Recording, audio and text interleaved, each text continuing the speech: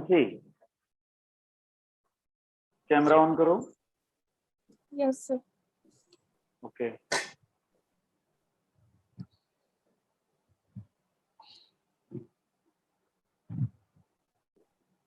हाँ, कौन कौन सा पार्ट रिवाइज कर लिए यहाँ से हम?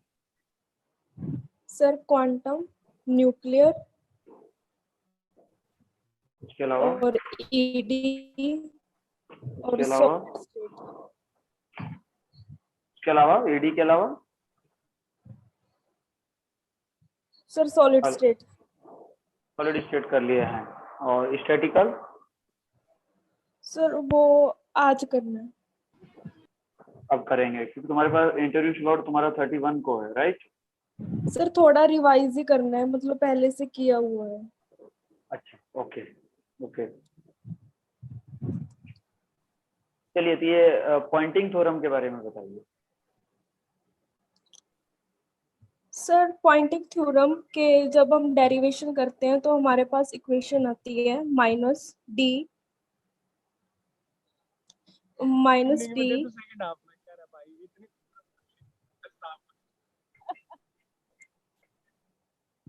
सर आप कुछ बोल रहे थे? नहीं नहीं नहीं, कंटिन्यू करिए। Sir, this is electromagnetic energy is equal to du mechanical divided by dt plus close integral of s vector dot d है। सर ये हमारे पास इक्वेशन आती है। तो Poynting theorem states that the loss in stored electromagnetic energy is equal to the mechanical energy and the energy which is lost through the surface in the form of electromagnetic energy. This will tell about the conservation of energy. So जब हम इसको यहाँ पर लेके आएंगे -du electromagnetic Poynting vector energy. क्या represent करेगा physically? So it will represent the conservation of energy. Poynting vector? Pointing vector will tell about the flow of energy. Flow of energy, okay. Dimension क्या होगा इसका?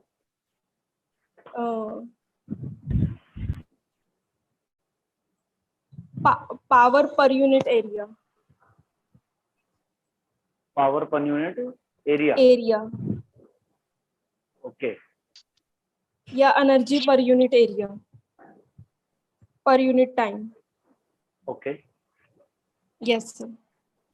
Okay. एक cylindrical wire है, cylindrical thick wire है जिसमें current flow हो रहा है 80 के along. Yes sir. Time dependent current है। Okay sir. ओके, तो इसमें एनर्जी का फ्लो होगा क्या, और होगा तो किस डायरेक्शन में होगा?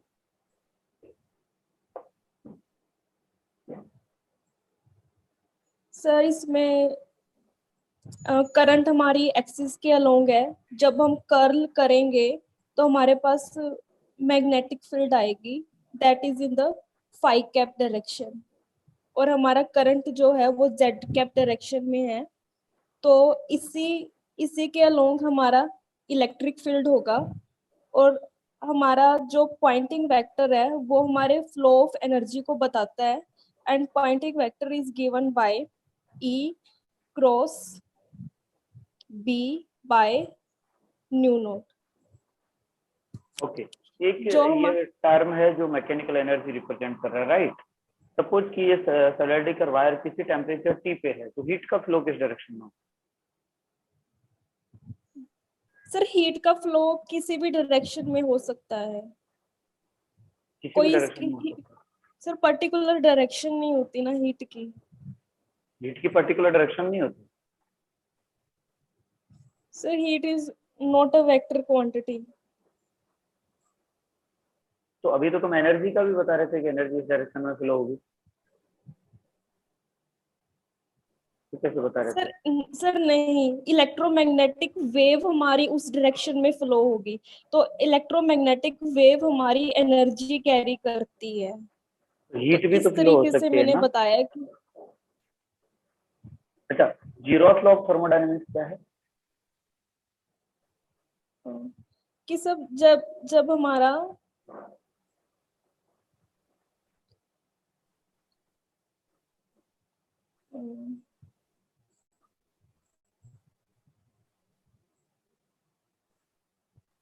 सर एंट्रोपी वाला है।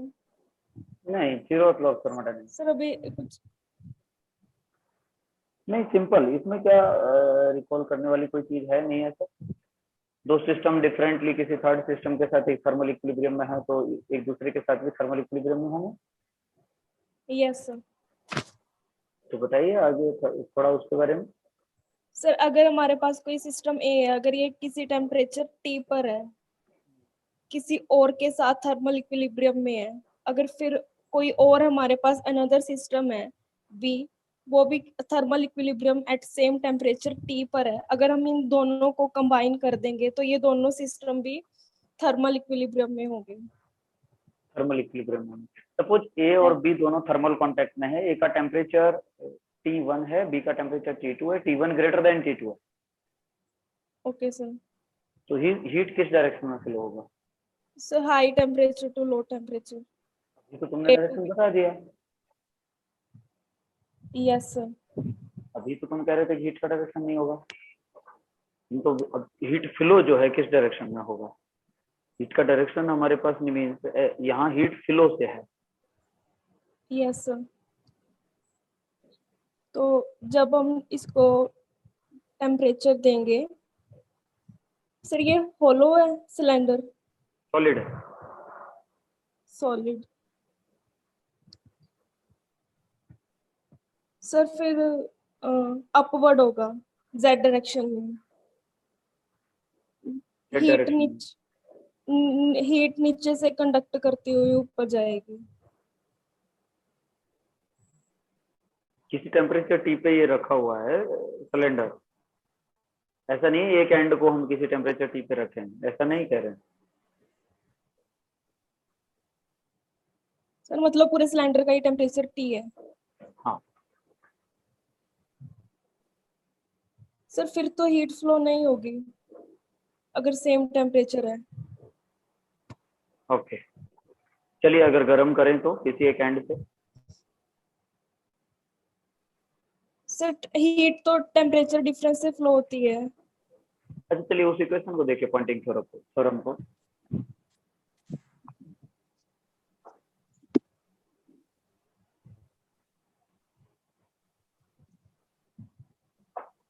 वो पॉइंटिंग थ्योरम वाला जो इक्वेशन लिखे हैं उसको देखो एक बार। LHS और RHS दोनों को देखो। ये जो यस मैकेनिकल सर। एनर्जी बोल रहे थे हीट की वजह से, जो हीट होगा यहाँ पे टेम्परेचर की वजह से, वो मैकेनिकल में ही आएगा। Yes sir. इसका RHS में है, पॉइंटिंग वेक्टर जिस डायरेक्शन में है, तो ये दोनों एक ही डायरेक्शन में होंगी क्या दोनों टर्म?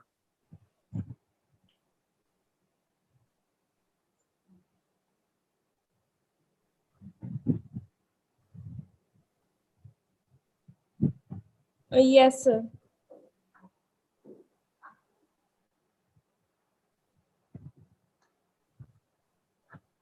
चलिए छोड़िए, नेक्स्ट क्वेश्चन पे चलिएगा। सर आप ये कहना चाहते थे कि जो हमारा हीट का फ्लो होगा और इलेक्ट्रोमैग्नेटिक एनर्जी का फ्लो होगा कि वो सेम डायरेक्शन में होंगे? मैं कहना नहीं चाह रहा, मैं पूछना चाह रहा हूँ कि ऐसा होगा क्या।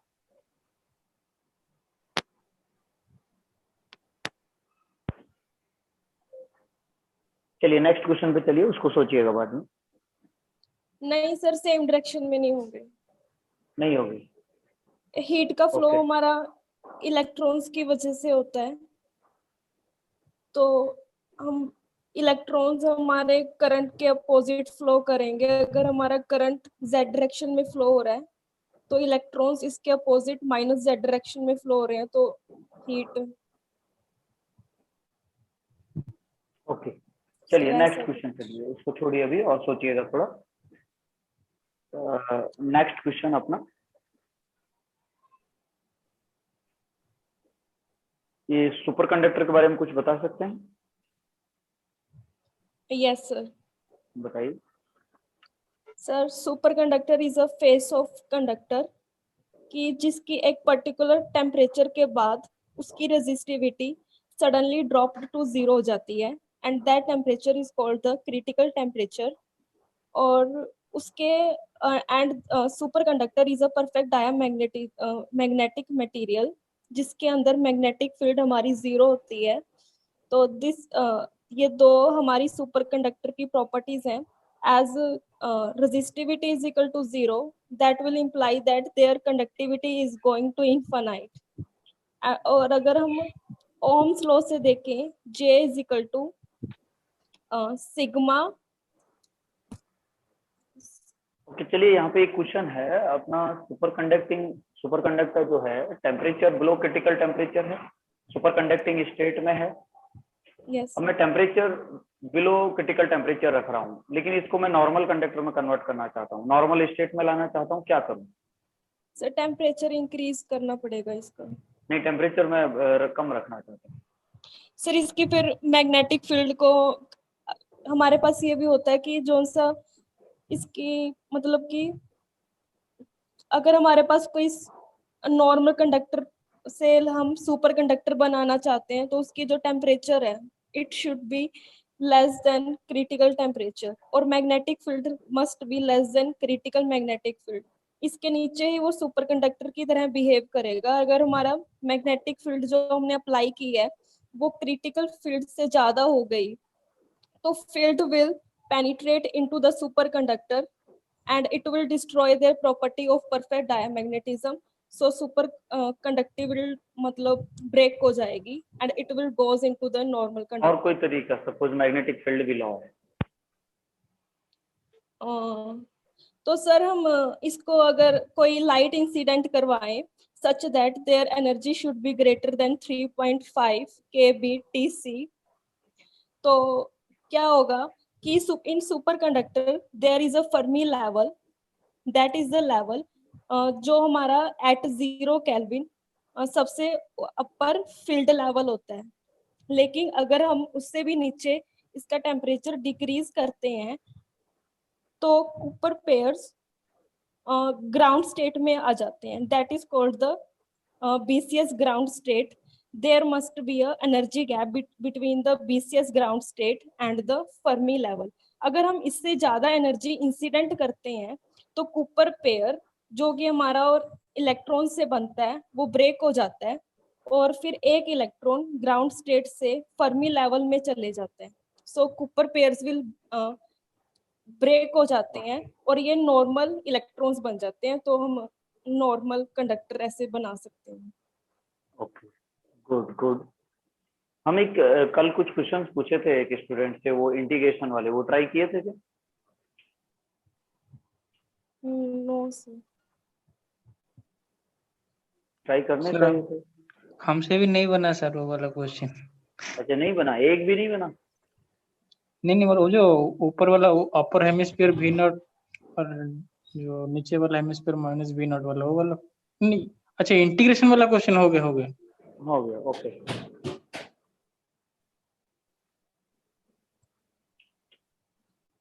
सर अब कर लूंगी ट्राई।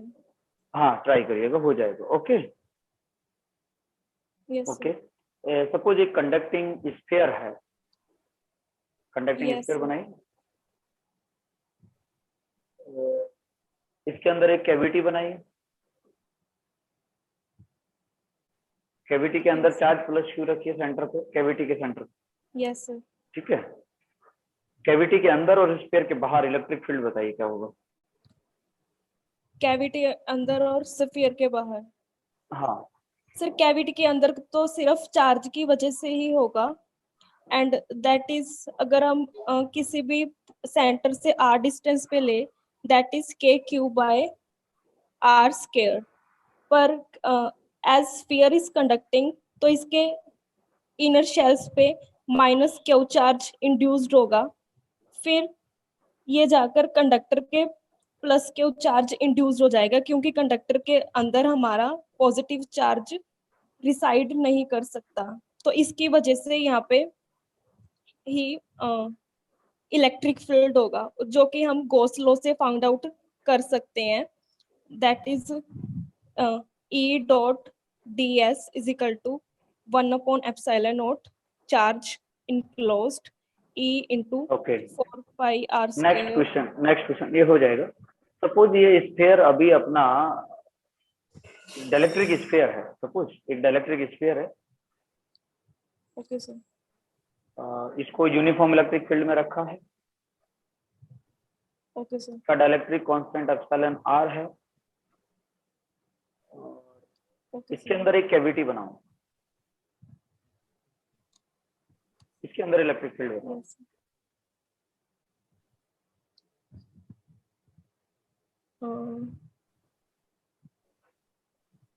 सर ये डाइलेक्ट्रिक है, अगर हाँ। हम इसको एक्सटर्नल इलेक्ट्रिक फील्ड में प्लेस करेंगे तो यहाँ पे पोलराइजेशन होगा, Okay. Positive and negative charge induced होंगे ओके और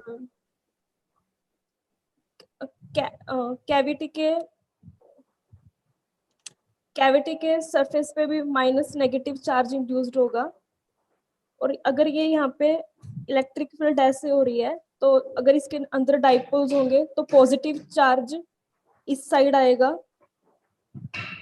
नेगेटिव चार्ज इस साइड इंड्यूस्ड होगा। सर कैविटी के अंदर तो कोई फर्क नहीं पड़ेगा इलेक्ट्रिक फील्ड का। कैविटी के अंदर और- सेम होगा, सर कैविटी यस के अंदर कोई कैविटी चार्ज नहीं रखा है हमने, तो चार्ज एक्सटर्नल नहीं है लगाया ना, एक्सटर्नल लगाया है, सर। एक्सटर्नल अप्लाई किया। कैविटी के अंदर फिर जीरो होगा इलेक्ट्रिक फील्ड। कैविटी के अंदर जीरो होगा, यस सर। कैसे बता पा रहे हैं? सर कैविटी के अंदर कोई फर्क नहीं पड़ता। अगर कैविटी के अंदर हमने चार्ज रखा है तो उसका हमारा बाहर इफेक्ट पड़ता है, लेकिन अगर हम बाहर कुछ चार्ज रखते हैं या फिर इलेक्ट्रिक फील्ड अप्लाई करते हैं तो उसका कैविटी के अंदर कोई फर्क नहीं पड़ता। मीन्स बाहर वाला इलेक्ट्रिक फील्ड जो है कैविटी के अंदर नहीं जाएगा, नो सर। इलेक्ट्रिक में भी नहीं जाएगा।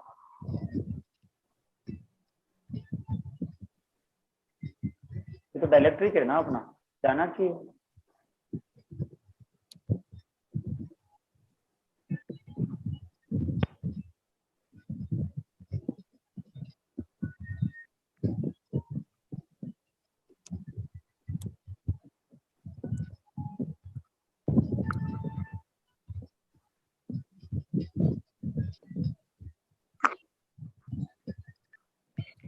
सर फिर या तो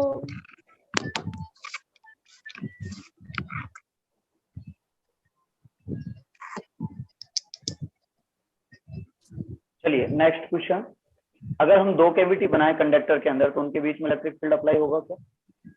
नो सर। ऐसा क्यों? सर कैविटी का कोई फर्क नहीं पड़ता आपस में। आपस में कोई फर्क नहीं पड़ता, वही जानना चाह रहे क्यों? सर अगर हमारे पास यहाँ पे भी कोई चार्ज क्यू रखा है, यहाँ पे कोई कुछ भी चार्ज क्यू प्राइम है, तो इन आपस में इन दोनों का कोई फोर्स नहीं होगा। अगर यहाँ पे क्यू रखा है तो ये सरफेस पर इंड्यूस्ड हो जाएगा नेगेटिव चार्ज, और फिर इसकी वजह से सीधा इसका इफेक्ट सरफेस के ऊपर पॉजिटिव प्लस क्यू चार्ज हमारे पास आएगा। सिमिलरली इसका अगर क्यू प्राइम है तो सरफेस पे, इसकी सरफेस पे माइनस क्यू प्राइम, और फिर स्फीयर पर ये एज अ क्यू प्राइम हमें दिखेगा। पर एज इट इज इनके बीच में कुछ भी फोर्स नहीं होगा। ओके इन दोनों चलिए नेक्स्ट क्वेश्चन, दो प्लेट है अपने पास, एक प्लेट रखा है जेड इक्वल टू 0 प्लेन में, एक रखा है जेड इक्वल टू एल में, दो प्लेट हैं।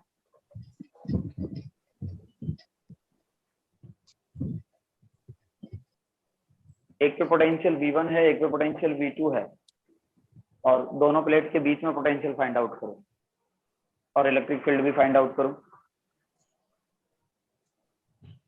सर यहाँ सर Z0 पे क्या है? 0 V1, हाँ V1, Z equal to L पे V2।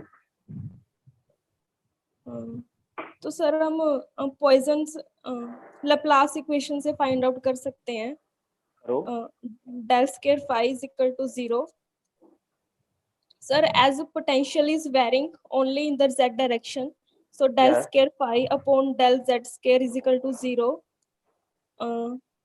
So del phi by del z is equal to constant, and phi is equal to cz plus d.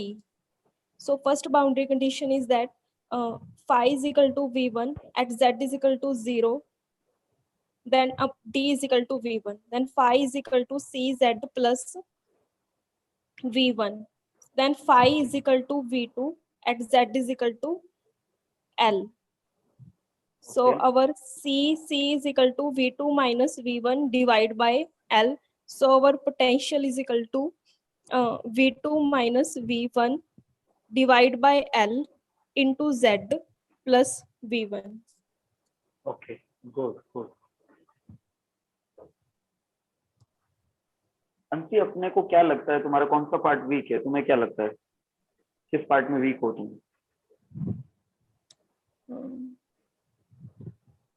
Sir थोड़ा बहुत उसके क्रिस्टल स्ट्रक्चर जैसे ड्रॉ करते हैं ना, उसमें हम प्लेन्स ड्रॉ करते हैं, जैसे आपने हाँ। सर लेक्चर्स में बताया था ना कि हाँ। ये 100 110 और 111 प्लेन्स सिंपल क्यूबिक बीसीसी और एफसीसी में हाँ, नहीं, ये तो एक टॉपिक हो गया। मैं जानना चाह रहा अलग हूँ अलग कि फिर बनते हैं।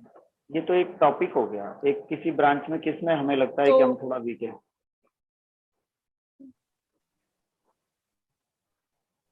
वॉइस आ रहा है?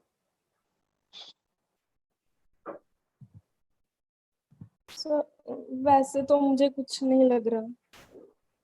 वैसे सब में ठीक है, कंफर्टेबल है, कोई इश्यू नहीं है। हाँ जी sir. Okay, then it's okay. ठीक है। सेकंड थिंग, तुम्हारा डिस्कशन जो है वो भी ठीक है, अच्छा है। तो अभी रिवीजन जो है अपना स्टार्ट करिएगा। Okay. Okay sir. Okay. Thank you sir. Nilay Kumar.